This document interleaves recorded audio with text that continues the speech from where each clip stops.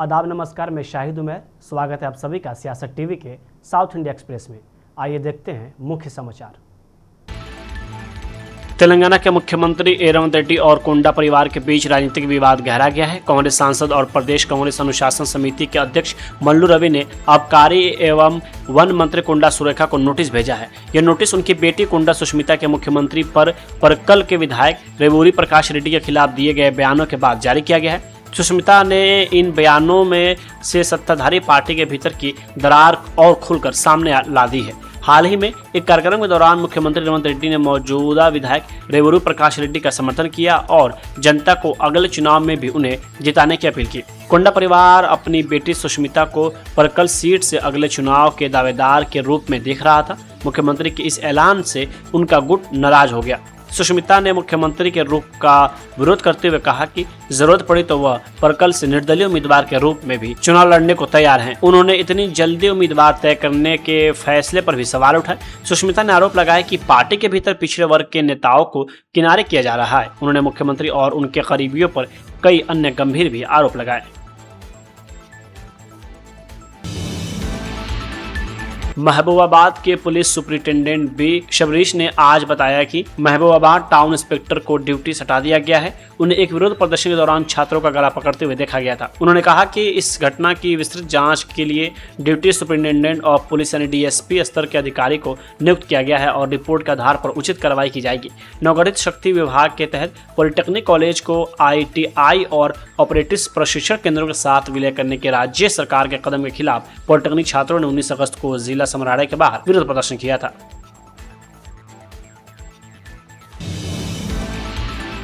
BRS के विधायक T Harish Rao ने आज कांग्रेस नेता राहुल गांधी को पत्र लिखकर तेलंगाना में प्रतिबंधित जमीनों की ओर से उनका ध्यान आकर्षित किया। राव ने तेलंगाना में गवर्नेंस संकट की ओर गांधी का ध्यान खींचा और कहा कि सेक्शन 22A जो गैर कानूनी रजिस्ट्रेशन से बचाने के लिए बनाया गया था, उसका इस्तेमाल कथित तौर पर मनमाने ढंग से प्राइवेट प्रॉपर्टी को फ्रीज करने के लिए किया जा रहा है। साथ ही 30% कलेक्शन रैकेट और बेनामी संस्थाओं से जुड़े जबरदस्ती वाले 50-50 डेवलपमेंट एग्रीमेंट के आरोप भी लगाए हैं। सिद्दीपेट के MLA ने कहा कि हैदराबाद, मेडचल, मलकाजगिरी, संगारेड्डी और तेलंगाना के सभी जिलों में कई प्रॉपर्टीज पर इसका असर पड़ा है, जिनमें HMDA और JHMC से मंजूर लेआउट और लंबे समय से चली आ रही पट्टा जमीनें शामिल हैं।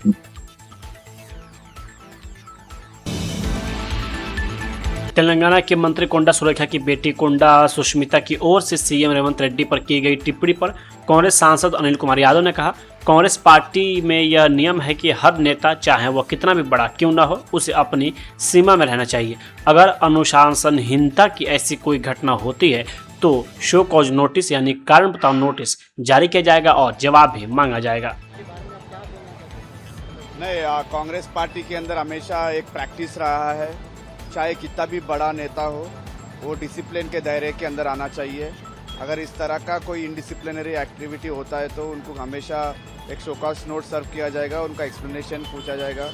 और इस तरह के एक्टिविटीज़ कभी भी कांग्रेस पार्टी बहुत सी एक्टिविटीज़ को एंटरटेन नहीं करती है, चाहे छोटा कार्यकर्ता हो चाहे बड़ा कार्यकर्ता हो, चाहे कोई लीडर हो या पार्टी के अंदर कोई वरिष्ठ नेता भी हो। इस तरह के जिस एंटी पार्टी स्टेटमेंट्स हो, एंटी पार्टी एक्टिविटीज़ अगर कोई भी करेंगे उनके ऊपर ज़रूर कार्रवाई होगा। और जो भी शोकॉज नोटिस दिया है उसका एक्सप्लेनेशन देखते हैं क्या वो लोग बताते हैं। और हम एक्सपेक्ट करते हैं कि क्योंकि ये लोग लीडर है, सारे लोग इनको फॉलो करते हैं, उनको भी इनके ऊपर भी एक नैतिक जिम्मेदारी होती है कि इस तरह के बयानबाजी ना करें। कुछ है तो वो आए बंद कमरे के अंदर अपना प्रोटेस्ट रजिस्टर कराए ताकि वो लीडरशिप के नज़र में उनका प्रोटेस्ट रजिस्टर हो। लेकिन इस तरह के ओपन प्लेटफॉर्म्स के ऊपर देना हम भी कंडेम करते हैं। वंदे मातरम पर कांग्रेस के प्रस्ताव पर कांग्रेस सांसद रेणुका चौधरी ने कहा, हमारे पूर्वजों ने वंदे मातरम गाते हुए आखिरी सांस ली थी, लेकिन तब आप यानी बीजेपी के लोग कहाँ थे जो संसद में जवाब नहीं दे सकते और बच्चों को पिटवाते हैं? क्या वे हमें बताएंगे कि हम कौन हैं? पूर्वजों ने वंदे मातरम गाते गाते दम तोड़ दिए थे, आप लोग कहाँ थे? इतने साल आप लोग भी यही गाना गाए थे। 12 साल से आप हुकूमत में बैठे, आपने भी यही गाना गाए थे। रातों रात अब याद आ गए। जो आदमी लोग पार्लियामेंट में आ नहीं सकते पार्लियामेंट में जवाब नहीं दे सकते, बच्चों पर आपकी ताकत लाद के आप उनको पिटवाते हैं। आप हमें समझा रहे हैं कि हम क्या चीज है। हेलो, ये पहचानो, इसको अपीजमेंट नहीं कहते। कभी पढ़े हैं देश के इतिहास और आप जानकारी हो तो ये वो लोग तैयार किए थे जो संविधान को लिखे हैं, जो महात्मा गांधी हमारे देश को आजादी का दिशा दिखाए थे, वो फैसला करे थे। इसको अपीजमेंट नहीं, अंग्रेजी में इंक्लूसिव कहते हैं। इंक्लूसिव का मानी नहीं मालूम ना, जाके तुम डिक्शनरी खोलो। आप लोग मुस्लिम पुष्टिकरण की बात, अरे आप जो मर्जी बात कर रहे हैं, अरे मुस्लिम पुष्टिकरण, क्रिश्चियन पुष्टिकरण, क्या बात कर रहे हैं आप? आप कौन होते हैं ये फैसला करने के लिए? क्या पढ़े लिखे हैं आप? आप संविधान लिखे हैं क्या?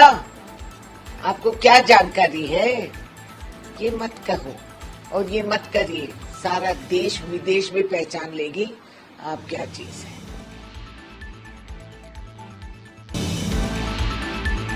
तेलंगाना के मंत्री कोंडा सुरेखा की बेटी कोंडा सुष्मिता की ओर से सीएम रेवंत रेड्डी पर की गई टिप्पणी पर कांग्रेस नेता जग्गा रेड्डी ने कहा, जब पार्टी सत्ता में होती है तो फैसले कांग्रेस के मुख्यालय, पीसीसी अध्यक्ष और पार्टी प्रभारी लेते हैं।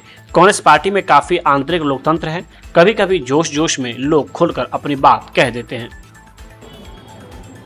ठीक है, आपका सवाल जो कांग्रेस में हो रहा है, मीडिया में आ रहा है, कुछ चल रहा है। Number one, ultimate Congress party रहे तो, गवर्नमेंट रहे तो Congress CM, PCC president and incharge decision चलता है। सुनने वाले भी वो लोग हैं, डिसीजन लेने वाले भी वो तीनों के बीच में चलता है।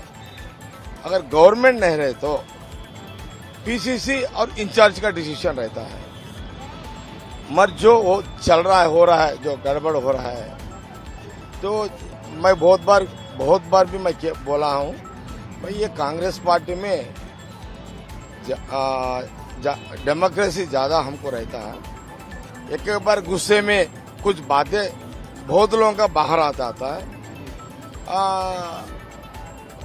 वैसे टाइम पे कांग्रेस पार्टी क्या ऐसा रहते भाई, ये देखो नोटिस देना, उसको कुछ सवाल पूछना, वो नोटिस देना, एक्शन लेना, फिर एक्शन को ड्रॉप करना, ये तो कांग्रेस पार्टी में चलता है। ये तो वही कांग्रेस पार्टी दिल खोल के बात करते हैं, दिल खोल के एक बार बातों में गालियां क्रिटिसाइज करके मिसफायर होता है।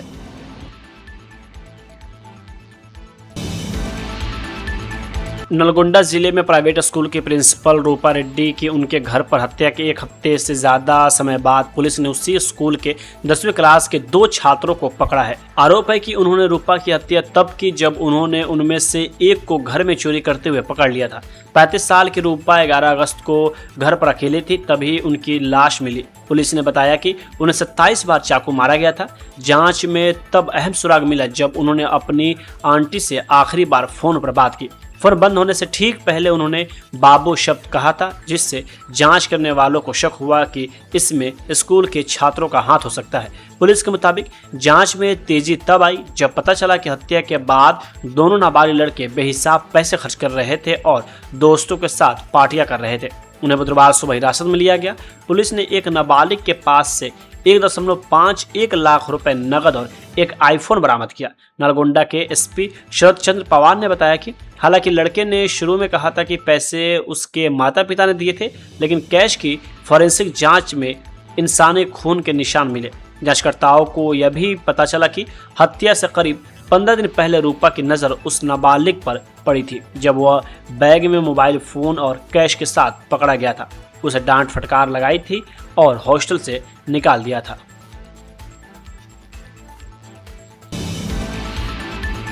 वाईएसआर कांग्रेस पार्टी के अध्यक्ष और पूर्व मुख्यमंत्री वाई जगनमोहन रेड्डी का कहना है कि 2025 की डीएससी परीक्षा, शिक्षक भर्ती परीक्षाओं और भर्ती अभियानों में गड़बड़ी और पेपर लीक के मामले सामने आए हैं। देश के इतिहास में एक अभूतपूर्व स्थिति पैदा हुई जिसमें दो मुख्य बातें शामिल है। पहली बात, एक मंत्री ने स्पोर्ट्स कोटे के तहत नौकरी देने के लिए सरकारी आदेश जीओ जारी किया। ऐसी पोस्ट जिसके लिए उम्मीदवारों को डीएससी परीक्षा देने, क्वालिफाई करने या टेस्ट में शामिल होने की भी जरूरत नहीं थी। देश या शायद इस राज्य के इतिहास में ऐसा कभी नहीं हुआ कि किसी उम्मीदवार को डीएससी परीक्षा दिए बिना शिक्षक के तौर पर नियुक्त किया गया हो। ऐसा पहली बार हुआ है। कर्नाटक के मंत्री बी नागेंद्र के इस्तीफे की मांग पर बीजेपी नेता सीटी रवि ने कहा, क्या उन्हें बेगुनाह करार दिया गया है? कोर्ट ने अभी तक उन्हें बेगुनाह नहीं माना है। जांच अभी भी चल रही है। एक बात तो पक्की है, 187 करोड़ रुपए एक फर्जी खाते में ट्रांसफर किए गए थे। उन्होंने SC/ST समुदाय के साथ धोखाधड़ी की, यह भी एक सच्चाई है। उन्होंने 2 साल पहले इस्तीफा दिया था, उसकी वजह क्या थी? निर्दोषी ऐसा बोला है क्या?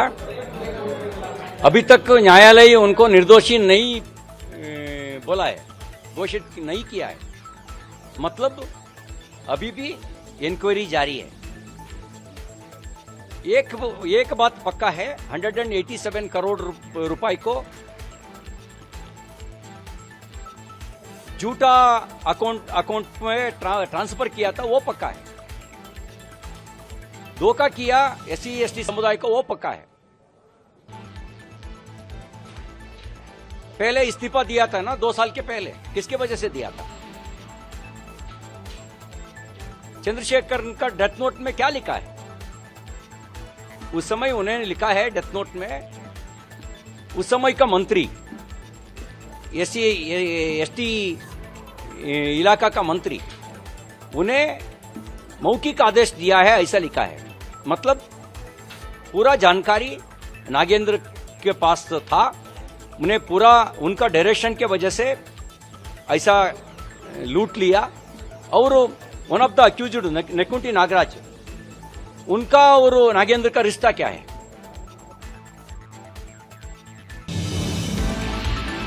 पूर्व प्रधानमंत्री राजीव गांधी की जयंती पर कांग्रेस सांसद पवन खेड़ा ने कहा कि यह हमारा दुर्भाग्य है कि कम उम्र में ही उनका निधन हो गया। इतिहास बदल चुका होता, इस देश का भविष्य बदल चुका होता, इस देश की किस्मत बदल चुकी होती। ये हम सब की बदकिस्मती ही है कि बहुत कम उम्र में चले गए। हम इंतजार कर रहे हैं, सब पूरा देश, विश्व में कई लोग इंतजार कर रहे हैं इस पुस्तक का, क्योंकि ये पुस्तक नहीं है, ये एक यात्रा, एक सफरनामा है। और ऐसा सफर जिसमें सोनिया जी ने बहुत कुछ सहा, शहादत सही अपने परिवार के 2 सदस्यों की, अपने पति की शहादत से।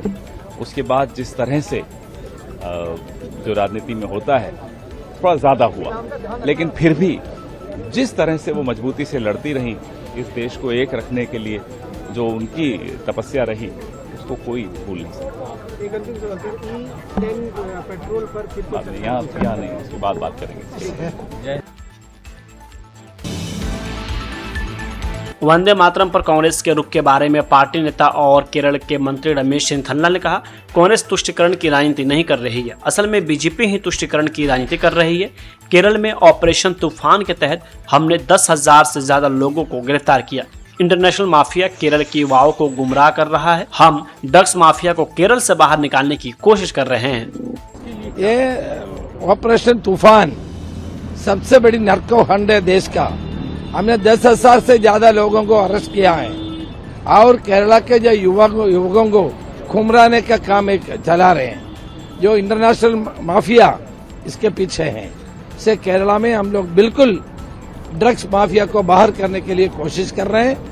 और 100 करोड़ से ज्यादा का वर्थ ये ड्रग्स हमने कॉन्फिस्केट किया है और हमारे निरंतर संघर्ष इसके खिलाफ होगा। और राहुल जी ने अक्टूबर में केरला में आके सबसे बड़ा ड्रग विरुद्ध रैली में शामिल होगा।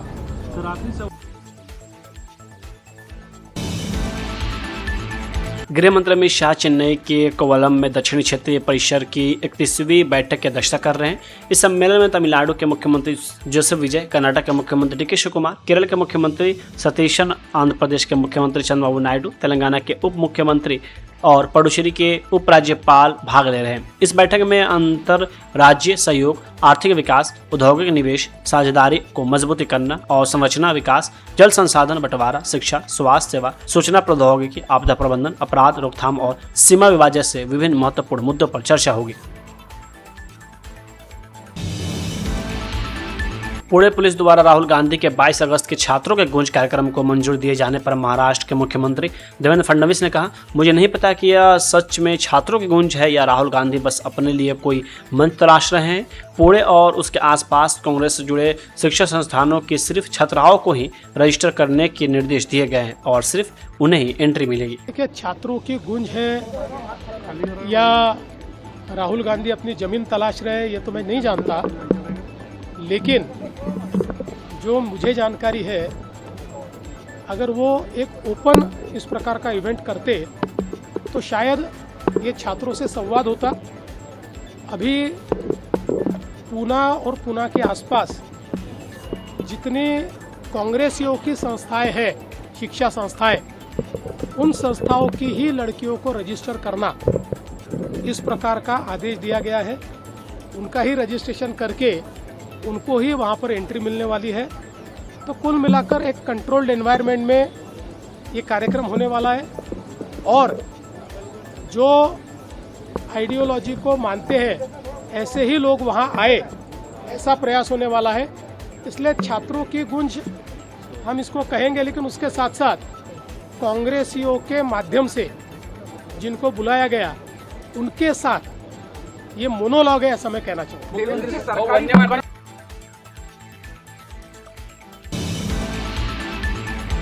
साउथ इंडिया एक्सप्रेस यहीं होता है समाप्त। मुझे दी इजाज़त। बाकी खबरों के लिए बने रहें सियासत टीवी के साथ।